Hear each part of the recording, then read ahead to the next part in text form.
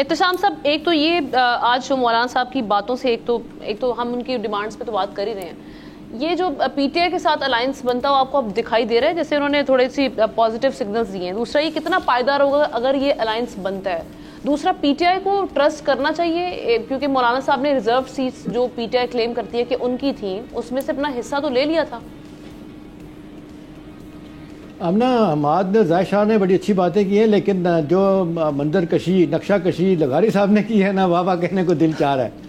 اب دیکھیں بات ہے کہ ہارے کن سے ہیں، پی ٹی آئی سے ہارے ہیں. پشین میں جا کے ایک سیٹ جیتی ہے، وہ بھی آپ نے دیکھا 4 مہینے کے بعد حلف اٹھا کے انہوں نے اگلے دن تقریر کی تھی. اب 2 مسئلے ہیں مولانا صاحب کے. دیکھیں مولانا صاحب ہمیشہ اقتدار میں رہے، سوائے ایک مجھ سے زیادہ جانتے لغاری صاحب 1983 کی ایم آر ڈی کی موومنٹ میں سندھ میں جو تھی زیادہ ہوئی تھی، اس وقت ان کا بڑا رول تھا.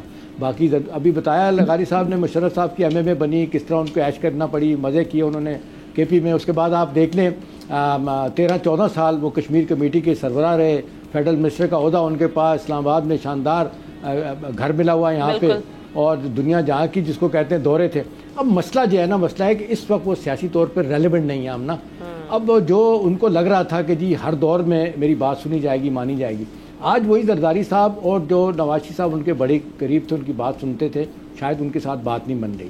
دوسری بات ہے جو آج انہوں نے میرے خیال میں ایک ترک کا پتہ پھینکا ہے نا، انہوں نے وہ کام کیا جو نواز شریف صاحب کر رہے ہیں. نواز شریف صاحب بھی کسی کو میسج دے رہے ہیں اینٹی اسٹیبلشمنٹ ہونے کا، اور وہ بھی میسج دے رہے ہیں کہ دیکھیں میں اسی سیاست میں سب کچھ ہو سکتا ہے، ہم بانی پی ٹی آئی سے بھی مل سکتے ہیں. اور آج ان کا یہ کہنا کہ جی میرا ان کے ساتھ بھی بات چیت ہو سکتی ہے، ان کے ساتھ بانی پی ٹی آئی کے ساتھ بھی ہم جا سکتے ہیں. تو یہ کسی اور کو میسج دے رہے ہیں کہ بھی آپ نے میری جگہ تو بنائی نہیں، جو وعدہ کیا گیا تھا. دیکھیں ان کے ساتھ وعدے بڑے کیے گئے تھے. آپ کو یاد ہے 2019 کا جو دھرنا اسلام آباد میں ہوا تھا، وہ آج تک نہیں بتا پائے. جو چوہدری شجاعت صاحب نے ان کا ختم کروایا تھا کہ کس کے کہنے پہ گئے تھے، کبھی کسی کا نام کسی کا نام. دیکھیں ماشاءاللہ سمجھدار ہیں، بہت امبیشس آدمی ہیں. 2011 کی وکی لیکس میں جو آئی تھی اس میں بڑا واضح طور پہ آپ کو یاد ہے یہاں پہ امریکی سفیر سے ملے تھے اور ان کو کہا تھا کہ بھی آپ مجھے بھی آزما کے دیکھیں، پاکستان میں پرائم منسٹر آپ ہمیں بھی بنا کے دیکھیں، میں بھی آپ کے لیے ڈیلیور کر سکتا ہوں. اب سوال یہ ہے کہ اس سٹیج پہ مولانا صاحب کا مسئلہ گیا، بہت زیادہ فرسٹریٹ ہوئے ہیں اس لیے کہ ان کی جگہ بن نہیں رہی. اور جو بھائی دی میں پچھلی حکومت جو آپ دیکھیں 18 ماہ میں تھی، ان کے ساتھ ان کا جو بیٹا ہے، سب سے اہم وزارت کمیونیکیشن منسٹری ان کو دی گئی تھی، جس میں کھاپے ہی کھاپے ہم نا کروڑوں اربوں روپیہ یہ نیشنل ہائی ویز کے معاملات جو چلتے ہیں لیجلی کہا جاتا ہے، بڑا پیسہ بنایا گیا اور آگے پیچھے کیا گیا. تو ظاہر ہے وہ اس سٹیج پہ تو کچھ نہیں کر پا رہے. صورتحال ان کے لیے مشکل ہو گئی ہے. جو ان کو کہا گیا تھا کہ جی آپ بلوچستان میں آپ کو بڑا شیئر ملے گا، وہاں پہ بھی نہیں ملا.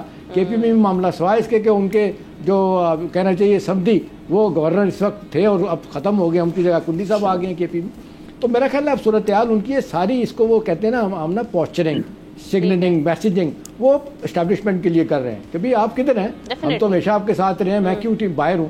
تو نتیجہ تن آج یہ دباؤ کہیں جو بھی کہیں کہ وہ کہہ رہے ہیں جی الیکشن کرائے جائیں. جب آپ الیکشن کرانے کی بات کریں گے تو ظاہر سی بات ہے اسٹیبلشمنٹ سوچے گی کہ بھئی روز روز الیکشن نہیں ہو سکتے. یہ ایس آئی ایف سی کا رول بڑھانے کے بعد یہ تھوڑے سے معاملات ٹھیک ہوئے ہیں. کیوں لوگ کہہ رہے ہیں کہ ابھی نہیں اور نہیں تو کبھی بھی نہیں. تو میرا خیال ہے صورتحال جس نیچ پہ جا رہی ہے، ہم نا کسی کو بھی فائدہ ہو نقصان ہو، لیکن اس سٹیج پہ فوری طور پہ اگر آپ چاہیں گے الیکشن ہوں گے.